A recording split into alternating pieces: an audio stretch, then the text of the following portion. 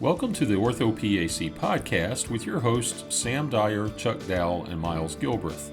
Please join us as we attempt to fill in the gaps between education, current events, and real-world practice.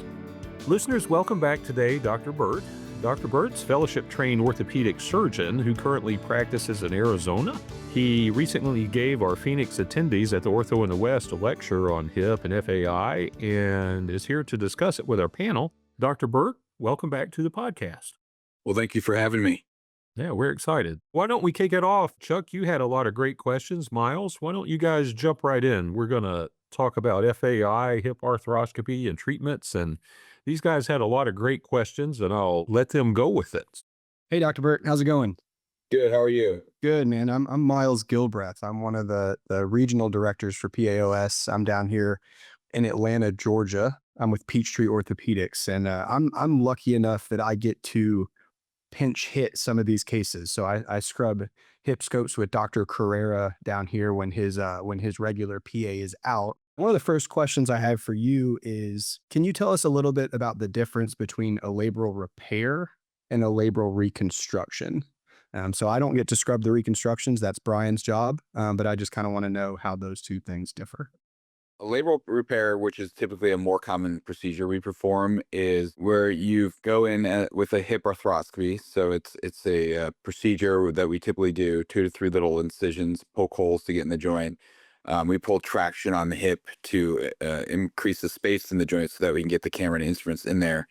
And what we'll do is look for a tear in the labrum. And if, what I talked about in my talk was a labrum, as we know, is a gasket seal of the hip. And so that's that. It looks like a horseshoe when you get in there. So it lines the rim of the socket, and that can tear from extra bone around the hip, which can lead to pain, dysfunction, and stiffness in the hip. So with the repair, what we do is we typically look at the labrum and we make a decision on a repair versus reconstruction based on a few factors. One is, if this is a first-time surgery, you're typically going to try to repair the labrum. The other issue is, what I like to do is when I'm in there, I'll pull traction on the hip, and then I like to let traction down and then pull traction again to see if the labrum is functioning as a labral seal, because that's truly the purpose of the labrum, is to have a normal feeling hip. So if you don't have a good suction seal, trying to repair, and you think you can repair it, and you repair and it doesn't still create a good suction seal, you really don't do any justice for the patient. So what we try to do is assess the suction seal intraoperatively. And that's by pulling traction on the hip. And if there isn't a suction seal, and that can be either because the labrum's degenerative, very chewed up, it looks like chicken salad when you're in there, or it's too small to function as a suction seal, then you may consider reconstruction. But if it is a good size labrum, creates a good seal when you take traction off, reapply, then we will repair it. And what we do is we put stitches or sutures through the labrum, and then we'll put a little anchor in the bone. There's 2 different types of sutures we use. One is we just put an anchor that has stitches in it, and then you pass them through and tie it down. The other one is a knotless anchor, where you actually put a stitch through the labrum and then drill a hole in the acetabulum, and then put the sutures through the anchor and repair the labrum that way. And so what you're trying to do is stabilize that labrum, make it tight again, because a lot of times if I feel that the labrum is very loose before you fix it. And so if you tighten up the labrum, invert it a little bit, it creates a better seal. That's the purpose of the labral repair. And then the reconstruction, like we said, is someone who doesn't have a good labral seal. So you find that if the labrum is not repairable, or the labrum's too small or hypoplastic, we call it, then what we'll do is one of 2 things. We'll either take out the labrum because we don't think we can salvage that portion of the labrum, or if the labral tissue still is somewhat salvageable, we'll do something called an augmentation, where we'll put cadaver graft, which I typically use anterior tibialis allograft, and we'll just sew that graft into that labrum that's still, whatever tissue is still present, and then that creates a suction seal.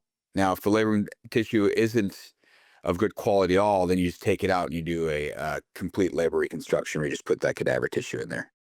Yeah, that's awesome. I need to make it over there one day when they're working without me and watch them do that and see Brian work his magic with the allograft on the back table. Follow-up question: what are your thoughts on plication at the end of the case, and what would be, if you do them, what would be your indication for that?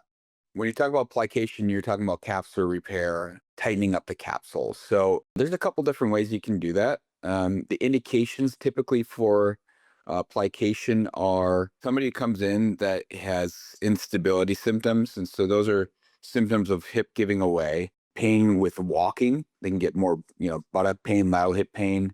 They can feel a lot of popping, clicking in their hip. And the other thing you look for is somebody who has a high Baton score. And what that is you're measuring their hypermobility. So you look at somebody and they can, put their thumb to their wrist and they're double jointed. Their elbows are hyperextending more than 10 degrees, knees hyperextend more than 10 degrees. They can put their palms flat to the ground, bending over. Those are people that you would consider a plication for. And a Baton score over 4 out of 9 is considered hypermobile. So you really got to consider that in patients that have hip pain, because a source of hip pain may not just be an impingement problem, it may actually be an instability problem. And so in cases like that, you look at the patient, you'll get in there with the scope, you'll look at the capsule and it just is real thin and patulous, so that it blows up when you put the fluid in there. And those are the patients that you can be concerned about micro instability or instability. So when you do a plication, when you do your capsulotomy, there's 2 different ways to do a capsulotomy. One is, well, there's 3, but one is a interportal capsulotomy, where you just make a incision from 2 portals. The other one's a T capsulotomy, where you make it in the shape of a T. And what some surgeons do in a T capsulotomy is they actually use this radiofrequency ablator, take away the tissue, and then they'll close that capsule and it tightens it up by closing the longitudinal portion of the capsule, and then doing a normal capsular closure for the interportal capsulotomy. Dr. Bendone describes a technique where you do like a medial shift on the capsule. So you actually do oblique capsule repair. And what that does is shifts the capsule over medially so that the capsule is tightened. And so that's typical for, patients that come in that don't have a lot of impingement, but have, signs of instability on exam and intraoperative findings of instability. Yeah, thanks for that explanation. I'm definitely going to pay a bit closer attention during the plications at the end and see if I could pick out which one he's actually doing. Listeners, stay tuned to next week when we follow up our discussion of hip arthroscopy and pathology with Dr. Bert. Thank you for joining the OrthoPAC podcast. We also welcome you to visit our website, paos.org, where members can download virtual conference content and get Category 1 CME. Also, if you're a non-member and you're interested in our CME content, please visit the aapa.org Learning Central for the PAOS virtual content.